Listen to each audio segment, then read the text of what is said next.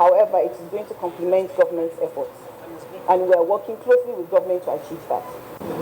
The unveiling of the research document on maternal, child health and education status of girls and women in Niger State with a view to serve as a comprehensive guidelines in addressing the challenge or the climax of the event. Your Excellency, before I end my speech, allow me to plead and ask Nigerians and call on all of them in helping to keep peace in our dear country. Our government will continue to support and partner with foreign and local NGOs as well as medical service providers and other stakeholders for delivery of qualitative healthcare services to our people. Stakeholders from the government, non-governmental organizations and other development partners, as well as academia and the wives of the governors, reaffirmed their commitment to partner with the foundation in raising awareness of the dangers of cancer and other related diseases, as well as ways to mitigating the challenge in order to safeguard the health of women and children in Nigeria. The ripple effect will be felt in the community, the state, and the nation as a whole. Empowering youths through skills development strengthens their capacity to help address the many challenges facing the Northeast, especially Borno State. Some of the beneficiaries are women who lost their husbands in the fight against insurgency. Like before, we used to stay at home doing nothing, but now that we have this job.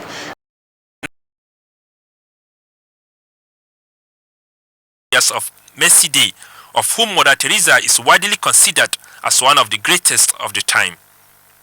During her lifetime, St. Teresa worked in slums, teaching poor children and treating the sick at homes. She also set up homes for prostitutes, battered women, orphanages, and houses for those suffering from AIDS. At a canonization mass attended by hundreds of missionaries of charity sisters alongside 1,500 homeless people and 13 heads of state and government, the World Catholic family honored Mother Teresa as an icon for the church. Madre Teresa, in tutta la sua esistenza. John Paul II in 2003 beatified St. Teresa after a first miracle was attributed to her, answering an Indian woman's prayers to cure her brain tumor. Musa Baba Aliyu, NTA News. And Oyeyemi Ajayi captured Mother Teresa's journey to sainthood in this report. Born in August 26, 1910, Agnes Gonje Bojaziu was the youngest of 3 children of an Albanian builder in Macedonia. In 1928, she became a novitiate in Ireland of the Loreto Order, which ran mission schools in India, and this was where she got the name Sister Teresa. She became known as Mother Teresa in 1937 after she took her final vows. While riding a train to the mountain town of Darjeeling, she received a call within a call from Jesus to serve him among the poorest of the poor in September 10, 1946. Mother Teresa moved to Kolkata slums in 1948 to set up her first school.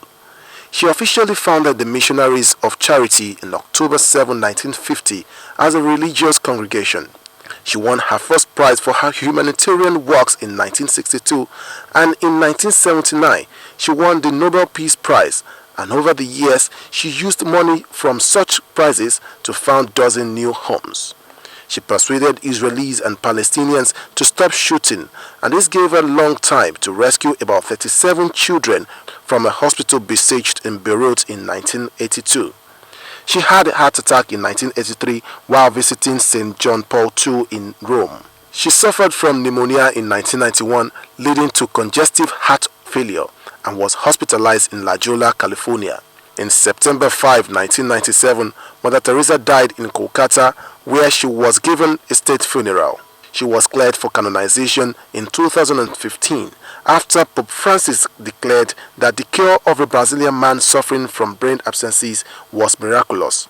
In September 4, 2016 will be added to history as the day Mother Teresa was declared a saint. Nigerians have been told to collectively support government policies and programs to stop criminalities and fast-track the socio-economic and political growth of the nation. Reverend William Okoye of All Christian Fellowship Mission said this in Abuja while speaking on contemporary social problems and their impact on national development. Basi Taima has more. Improper management of the nation's human and natural resources, insurgency in the northeast, and militancy in the Niger Delta. Election Committee and Jigawa State Governor Mohammed Badaru said Oluwarotimi Akeredolu polled 669 votes to beat his closest rival Olusegun Abraham, who polled 636 votes.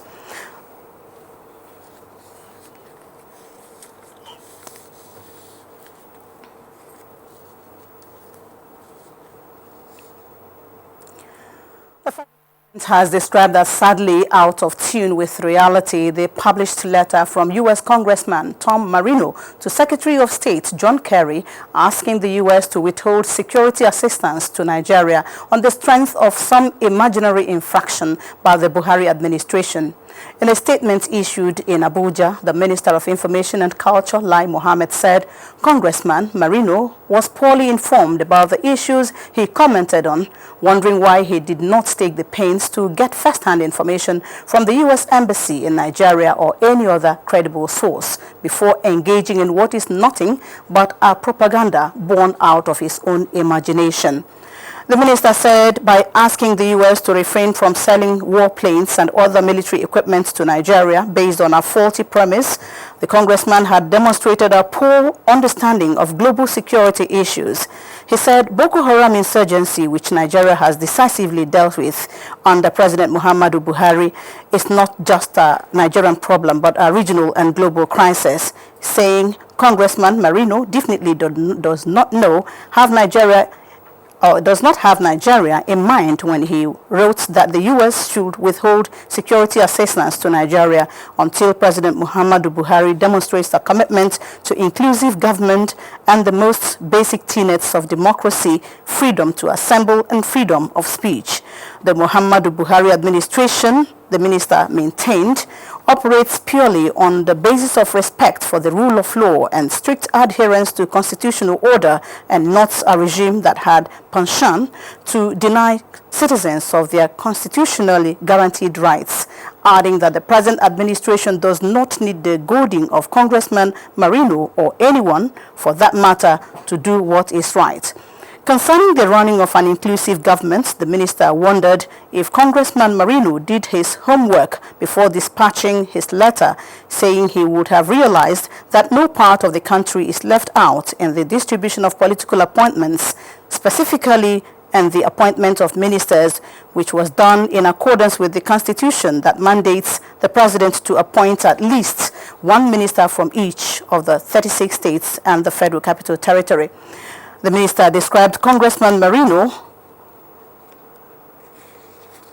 description of the administration's anti-corruption efforts as selective, as a tired argument that clearly shows that the U.S. lawmaker must have appended his signature to someone's concocted story.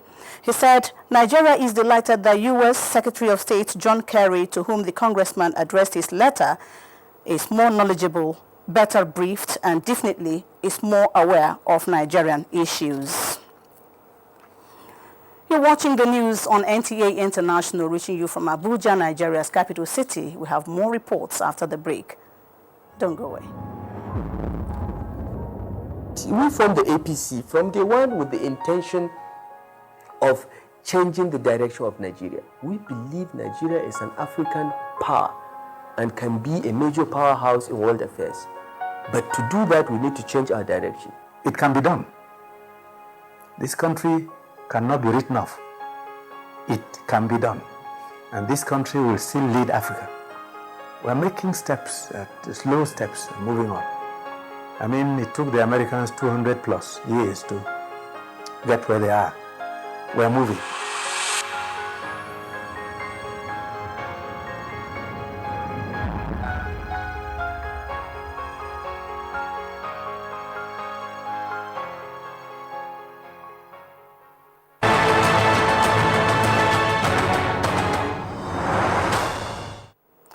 Good to know you're still watching the news. And for stories from the financial sector, Chiazalam Ekiye has packaged.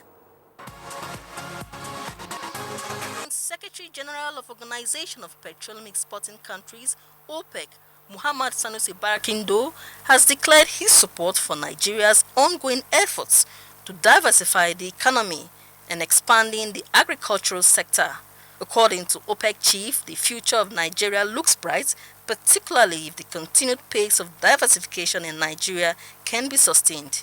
In the meantime, cement dealers in Nigeria have expressed concern over the recent increase in the retail price of cement. They say the hike had caused a lull in their business and has reduced their daily sales. They also called for the construction of more cement factories and revitalizing those that are moribund. And finally, the World Bank has approved a $15 million support facility for Ghana's debt and development. Angel Gurria raised issues of low economic growth, low interest rates, and low productivity as the most pressing issues for policymakers to pay close attention to. The other worrying issue, at no point in the past 30 years has product and contributes to the world economic growth as well as the resolution of global issues. President Xi, who was addressing the Business 20 Summit ahead of the G20 Summit in the city of Hangzhou, called for more alignments between the G20 and B20 for a more focused global between international economy and private sector, which he said can facilitate an end to extreme poverty. Now, if you look at the infrastructure gap in the world it's about $1 trillion. Just in sub-Saharan Africa, it's about $90 billion. But